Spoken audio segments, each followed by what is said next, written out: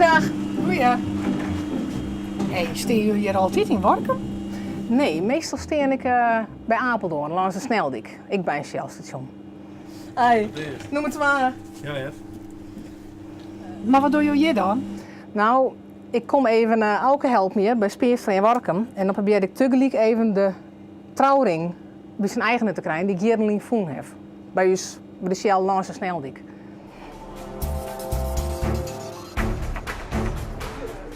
Het herentoilet. En de leider. Wie ont dat opruimen wat ons kindermeid zou zeggen hem lezen. En ik denk het is of Midjeswest of begin van de jongen. En ik heb hem op station lezen litten in zijn eigen bakje voor flanner ding. En ik net niet meer. Het had net niet in bellen, is net niet in komen. Snakken maar hoe is het om? En toen nog een paar keer proberen in de kranten, internet. En ik net niet in. Nou ja, nou probeer ik dan maar in Friesland zelf.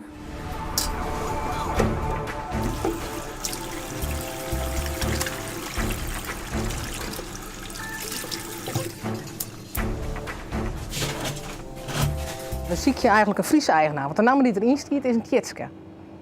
Dus ik zie je toch wel een beetje in Friesland. Ben je al getrouwd? Sorry? Ik zeg, ben je al getrouwd? Trouwd? Ja? Nee, wat dan? Nou, cool wezen. Hoe is de bom mooi? Ja, graag. Is misschien nog een trouwring verlen? Nee, Wist dat heel zeker? heel zeker. Oh. Ben jou misschien wat verlen? Een trouwring of zo? Nee.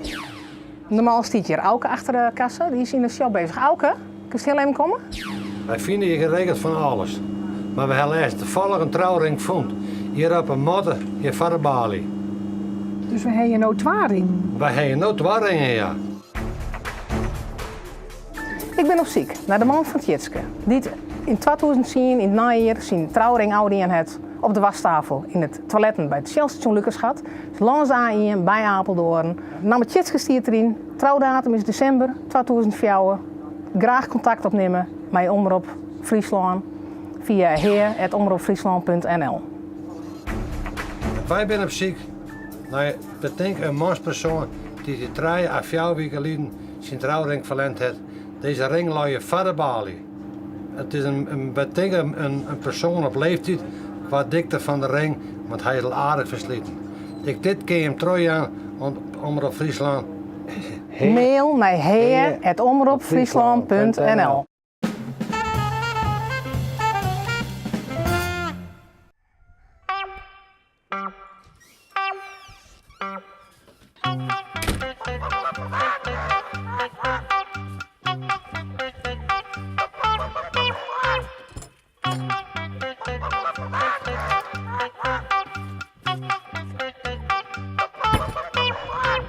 Voor mijn hobby ben ik piekenrassen aan het vakken en dan met name de Friese hin probeer ik voor de toekomst te behouden. De Friese hin heb ik al zo'n 2000 ongeveer en soms in 96 ben ik al met de pieken aan het vakken.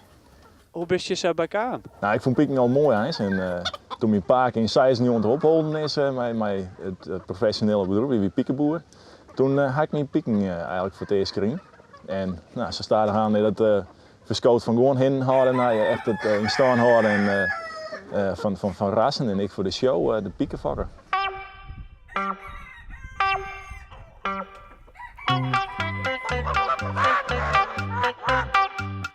Nou, hier heb ik een hele Janloop. Hier zitten 3 kleuren Friese hin in, of Jan eigenlijk. Dit is een uitstaande kleurslag die hebben we nog bij rondvakken. De reetkoekoek. En hiervoor zit nog een paar goudpeljaantjes.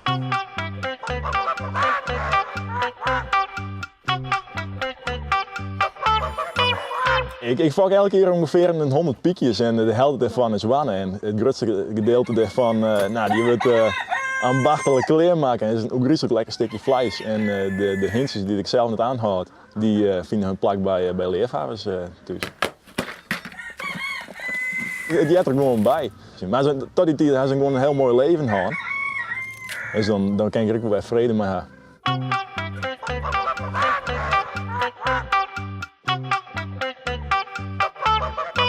De bintkeuringen, daar worden de pieken dan keurd.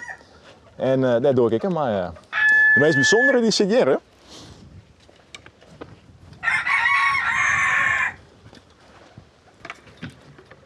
Hier zit het hintje bij die 6 weken Europees kampioen is geworden.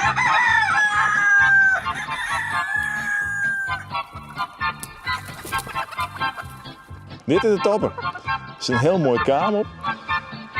Mooi stut. En uiteindelijk is hij van boven wisten dan ik met de sjoen. En dan weet de sjoen hoe de pelling erop zit.